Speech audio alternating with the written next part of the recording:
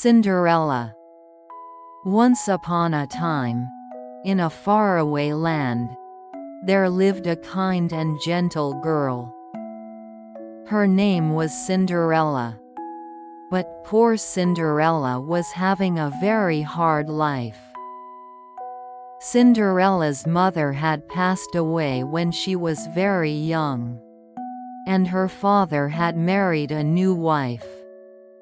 This new stepmother was cold and cruel. She only cared for her own two daughters, Cinderella's stepsisters, and treated Cinderella like a servant. Her stepsisters were mean and nasty. "Look at you, covered in ashes. You look like a chimney girl. Have you ever seen a mirror? It would crack if it saw your face." Every day, they showed off their fancy dresses and ribbons, laughing at poor Cinderella.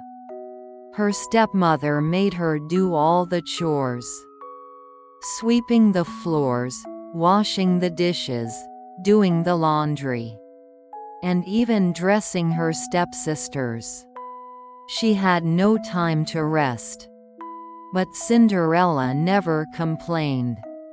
She just kept working, day after day. One day, an invitation arrived from the royal palace. The prince would be hosting 2 grand balls to find a bride. Every young lady in the kingdom was invited. The whole town was buzzing with excitement. Cinderella's stepsisters were thrilled.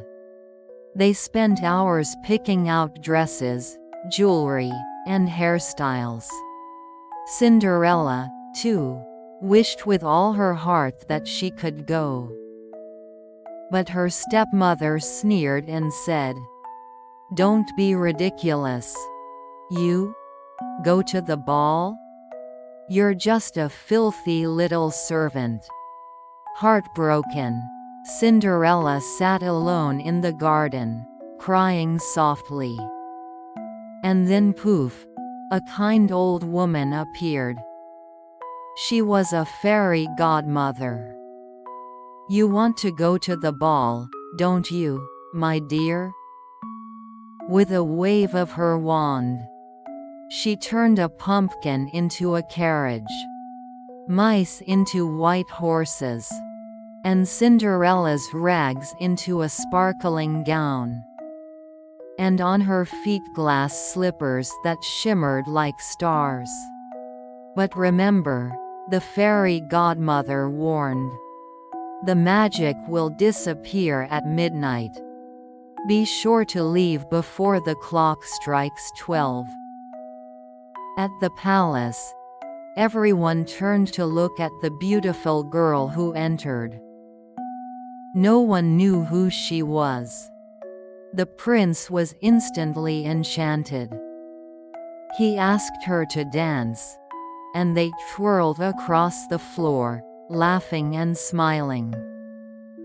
Time flew by.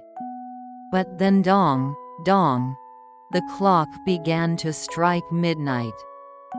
Cinderella gasped, pulled away, and ran from the palace.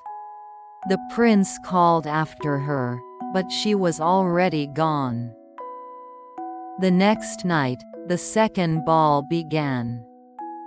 Once again, Cinderella's fairy godmother helped her get ready. And once again, the prince danced only with her. But when the clock struck 12, Cinderella ran off in a hurry, disappearing into the night. As she ran down the steps, one of her glass slippers slipped off. The prince found only the tiny glass slipper she had left behind. The prince declared, "I shall marry the one whose foot fits this glass slipper." He sent messengers all across the kingdom. Many girls tried the slipper.